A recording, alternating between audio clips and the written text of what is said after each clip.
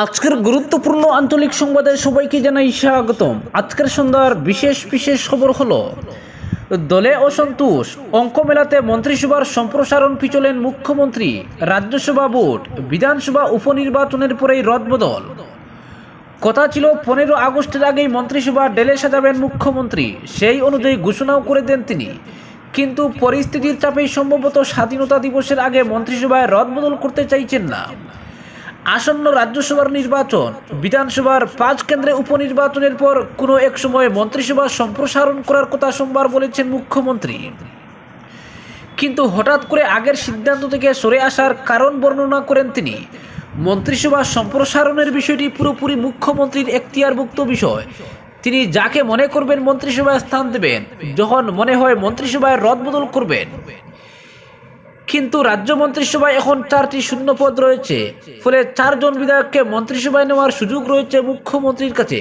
তাছাড়া 26-এর বিধানসভা ভোটের লক্ষ্যে টিম সাজাতে গিয়ে মন্ত্রিসভা থেকে বাদ পড়তে পারেন 2-1 জন অপারদর্শী মন্ত্রী। ফলে কমপক্ষে 6 বিধায়কের নতুন করে রাজ্য মন্ত্রিসভায় স্থান পাওয়ার সম্ভাবনা রয়েছে। কিন্তু বিধানসভা ভোটের লক্ষ্যে মন্ত্রিসভাকে নতুন করে সাজানোর কথা বলেও মুখ্যমন্ত্রী আরও কিছুদিনের সময় নেওয়ায় বিজেপির অন্তরের ক্ষোভ সামাল দেওয়ার কথা সামনে আসছে।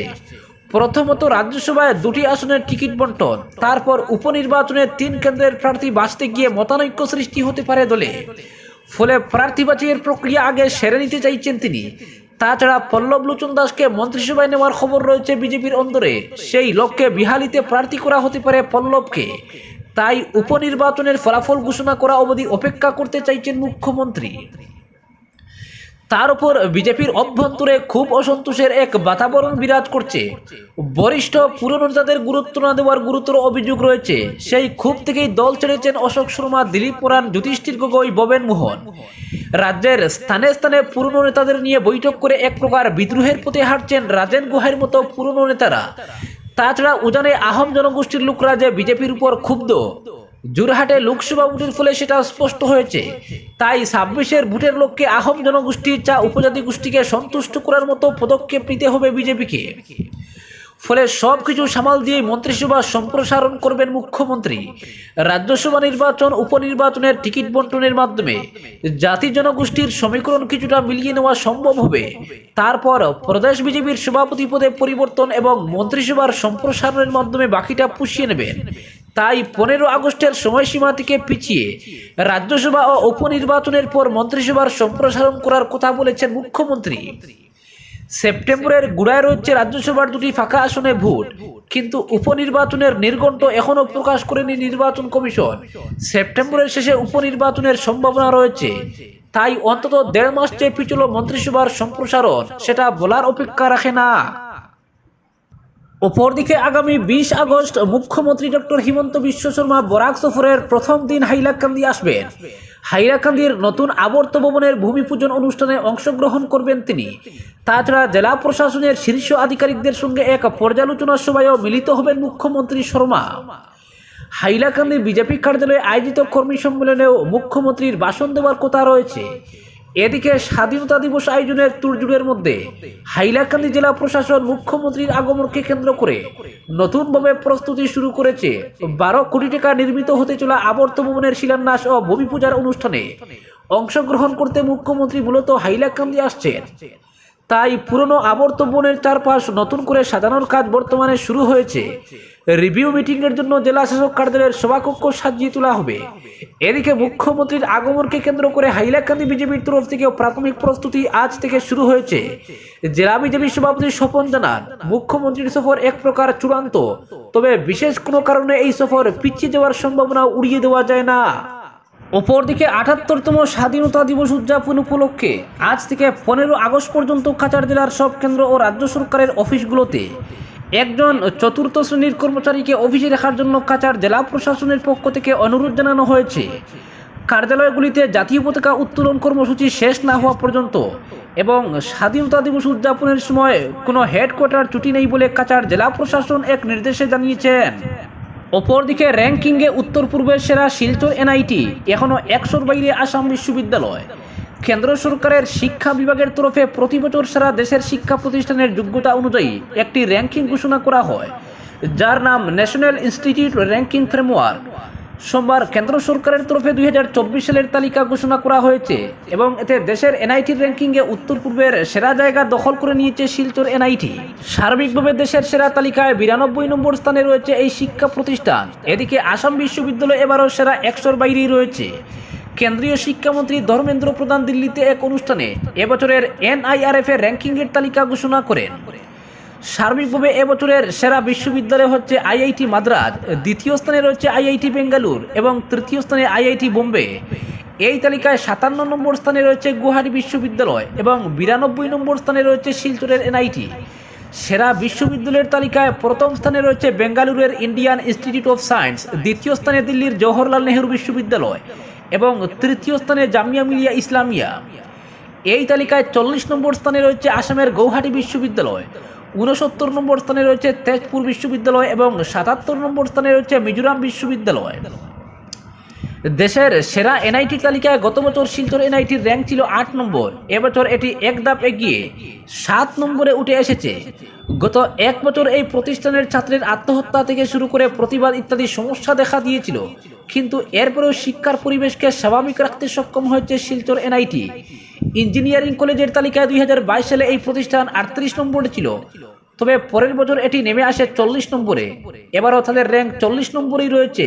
প্রতিষ্ঠানের তরফে জানানো হয়েছে, সেরা বিশ্ববিদ্যালয় এবং সার্বিক তালিকায় তারা উন্নতি না করলেও NITর র্যাঙ্কিংয়ে এবার এক ধাপ এগিয়েছে প্রতিষ্ঠান। এবার উত্তর পূর্বের সেরা NIT হিসেবে ফের জায়গা দখল করে নিয়েছে প্রতিষ্ঠানটি। তারা বলেন, গত কয়েক বছরে লাগাতার জাতীয় স্তরের র্যাঙ্কিংয়ে উন্নতির দিকে এগিয়েছে প্রতিষ্ঠানটি।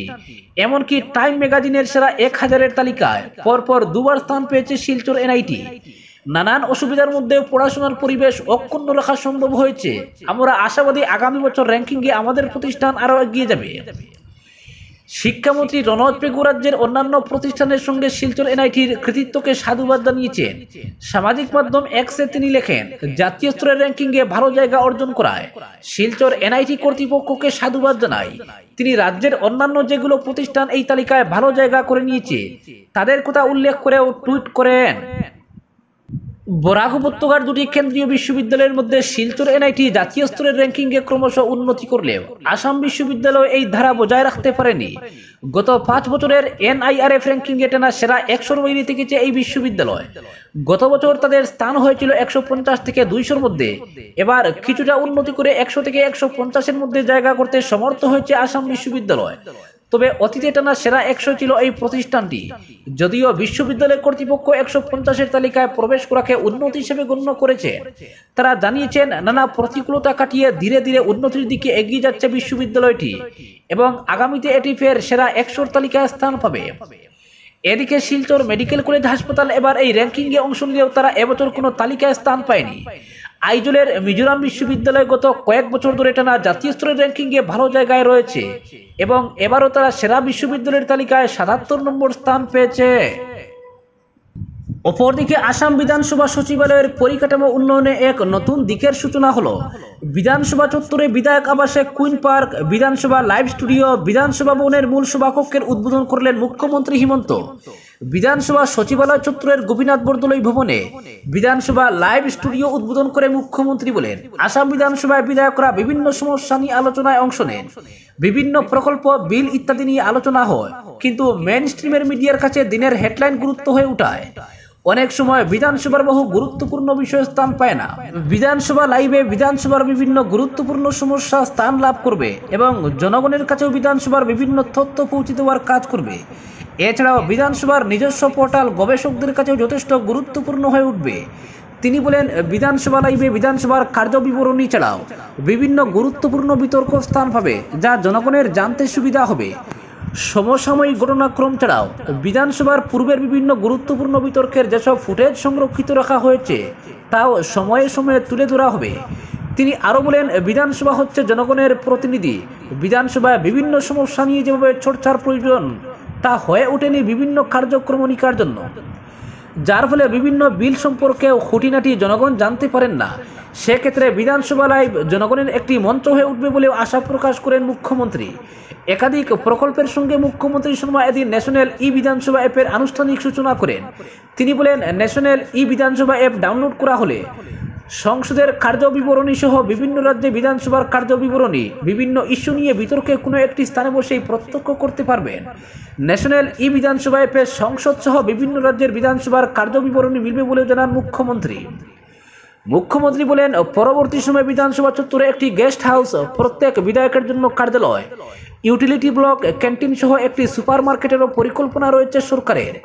এদিকে বিধানসভার অধ্যক্ষ বিশ্বজিৎ দৈমারীও বিধানসভা চত্বরে এমএলএ আবাসে স্থাপন করা কুইন পার্কের প্রয়োজনীয়তা বর্ণনা করে বলেন, এমএলএ আবাসে বিধায়করা পরিবার নিয়ে বসবাস করেন, তাদের স্ত্রী সন্তানরাও এই কুইন পার্কে সময় কাটাতে পারবেন। তাছাড়াও বিধায়কদের সঙ্গে সাক্ষাৎ করা ব্যক্তিরাও কুইন পার্কে বিশ্রাম নিতে পারবেন। এই অনুষ্ঠানে বিধানসভার বিরোধী দলনেতা দেবব্রত শইকীয়া সহ বিভিন্ন মন্ত্রী বিধায়কও অংশ নেন। অপরদিকে রিনিকি বুইয়ার সব ব্যবসা সম্পত্তি রাজ্যের জনতার, বললেন মুখ্যমন্ত্রী হিমন্ত। আবেগ সৃষ্টি করলে হবে না, কংগ্রেস সরকার করলে সিট গ্রহণ করে তদন্ত হবে, বললেন ভূপেন বোরা। 2015 সালে তিনি কংগ্রেস ছেড়ে বিজেপিতে যোগ দিয়েছিলেন। এর পরের বছর রাজ্যে সর্বানন্দ সোনোয়ালের নেতৃত্বে প্রথম বিজেপি সরকার গঠিত হয়। সরকারে গুরুত্বপূর্ণ দপ্তর পেয়েছিলেন হিমন্ত বিশ্ব শর্মা। তরুণ গগৈ সরকারের মতো সোনোয়াল সরকারেও তিনি ছিলেন নম্বর 2। 21-এর বিধানসভা নির্বাচনে বিজেপি ক্ষমতায় এলো। এবার নেতৃত্বের পালা বদল করে হিমন্ত বিশ্বকে রাজ্যের মুখ্যমন্ত্রী পদে বসিয়ে দিল বিজেপি। এই সময়কালে বহুবার তাকে তার স্ত্রী রিনিকি বুইয়া শর্মার ব্যবসা সাম্রাজ্য নিয়ে বিরোধীদের তীক্ষ্ণ সমালোচনার মুখে পড়তে হয়েছিল। কিন্তু সব বিতর্কের জবাব দিলেও মুখ্যমন্ত্রী হিমন্ত বিশ্ব শর্মা তার স্ত্রীকে নিয়ে করা প্রশ্নের জবাব এড়িয়ে গিয়েছিলেন। দিশপুরে বিধানসভা ভবনে বেশ কিছু প্রকল্পের উদ্বোধন সেরে সাংবাদিকদের সঙ্গে কথা বলতে গিয়ে স্ত্রীর ব্যবসা ও সম্পত্তি নিয়ে রীতিমতো ফ্রন্ট ফুটে গিয়ে জবাব দিলেন রাজ্যের মুখ্যমন্ত্রী। সম্প্রতি প্রদেশ কংগ্রেস সভাপতি ভূপেন বোরা মুখ্যমন্ত্রীর স্ত্রীর ফুলে ফেঁপে ওঠা ব্যবসা এবং সম্পত্তি নিয়ে বেশ কিছু প্রশ্ন উত্থাপন করেছিলেন। আর সাংবাদিকদের প্রশ্নের জবাবে হিমন্ত জানালেন, তার স্ত্রীর যত ব্যবসা বা সম্পত্তি রয়েছে তার সবটাই আসামের জনতার। সবকিছু তিনি রাজ্যের মানুষের জন্য উৎসর্গ করবেন, কিছুই নিজের বা পরিবারের জন্য ধরে রাখবেন না। এদিন মুখ্যমন্ত্রীর এমন বয়ানে আধ্যাত্মিকতা রয়েছে না সূক্ষ্ম কূটনীতি, এ নিয়েই সামাজিক মাধ্যমে জল্পনায় মজেছেন নেট নাগরিকরা। তবে এতেই থেমে থাকেননি মুখ্যমন্ত্রী। স্ত্রী রিনিকি বুইয়ার প্রায় প্রতিটি ব্যবসা ও সম্পত্তির নাম নিয়ে জানিয়েছেন এসবই আসামের মানুষের সম্পত্তি। যেমন নিয়েছেন বেসরকারি টিভি চ্যানেল নিউজ লাইভের কথা। বলেছেন, নিউজ লাইভ একদিন সেই সংস্থার কর্মীদের সম্পত্তি হবে, তারাই হবেন মালিক। রিনিকির এতে মালিকানা থাকবে না, সমবায় ভিত্তিতে একদিন নিউজ লাইভ চলবে। এতেই থেমে না থেকে তিনি জানান, গণেশগুড়িতে থাকা জমিতে ইতিমধ্যেই সাই বাবার মন্দির হয়েছে। জু রোডে থেকে আমাদের পরিবারের জমিতে একটি শিব মন্দির নির্মাণ হবে। একইভাবে রিসোর্টের মালিকানাও শেষ পর্যন্ত রাজ্যের মানুষই পাবেন। শর্মা পরিবারের উইলেই এসবের উল্লেখ থাকবে বলে এদিন জানিয়ে রাখেন মুখ্যমন্ত্রী। তার তাৎপর্যপূর্ণ মন্তব্য, ব্যবসা যখন করছেন তখন এর থেকে আয় তো হবেই, সেই আয়ের টাকা তো আর নদীর জলে ফেলে দেওয়া যায় না। এ নিয়ে বিতর্কের কী বা থাকতে পারে। তার মন্তব্য, রিনিকি বুইয়া যে ব্যবসায়ী বা সম্পত্তি করেছেন তা আসামের মানুষকেই দিয়ে যাবেন, আমাদের ছেলেমেয়েরা কিছুই নেবে না। এসব নিয়ে বিতর্কের কোনো প্রয়োজন নেই, সব কিছুই আসামের সম্পত্তি বলে ধরে নিন। যদিও মুখ্যমন্ত্রীর এদিনের বক্তব্যকে পাল্টা হাতিয়ার করে নিয়েছেন প্রদেশ কংগ্রেস সভাপতি ভূপেন বোরা। এক ভিডিও বিবৃতিতে তিনি বলেন, তার পরিবারের সম্পত্তি নিয়ে আমি এতদিন যে অভিযোগ করে এসেছিলাম তা আজ মুখ্যমন্ত্রী নিজে থেকেই কবুল করে নিয়েছেন। আজ রাজ্যের মুখ্যমন্ত্রী হয়ে তিনি কয়েকটি বাণিজ্যিক প্রতিষ্ঠানের মুখপাত্র হিসেবে সাফাই দিয়েছেন। আজ আমি জানিয়ে রাখছি, 26-এর বিধানসভা ভোটে আমাদের যে নির্বাচনী ইস্তাহার হবে তাতে উল্লেখ থাকবে, সরকার গঠনের 100 দিনের মধ্যে বিশেষ তদন্তকারী দল অর্থাৎ এসআইটি গঠন করে বিজেপি সরকারের আমলে হওয়া দুর্নীতি অনিয়মের তদন্ত হবে এবং সব সম্পত্তি বাজেয়াপ্ত করে তা রাজ্যের মানুষের কাজে লাগানো হবে। এতেই থেমে না থেকে ভূপেন বোরা বলেন, উইল করে রাজ্যের মানুষকে সব সম্পত্তি দিয়ে দেওয়ার কথা বলে মুখ্যমন্ত্রী আবেগ সৃষ্টির চেষ্টা করছেন। আমি নিশ্চিত মুখ্যমন্ত্রী এটা টের পেয়ে গিয়েছেন। 26-এর ভোটে তার ক্ষমতার শেষ হতে চলেছে, তাই উইলের কথা বলে আবেগ তৈরির চেষ্টা করছেন, কিন্তু আমরা তা হতে দেব না। উইল করুন আর যাই, অবৈধ উপায়ে অর্জিত সব সম্পত্তির পাই পাই করে হিসাব করা হবে। আজকের বিশেষ সংবাদ এখানেই সমাপ্ত।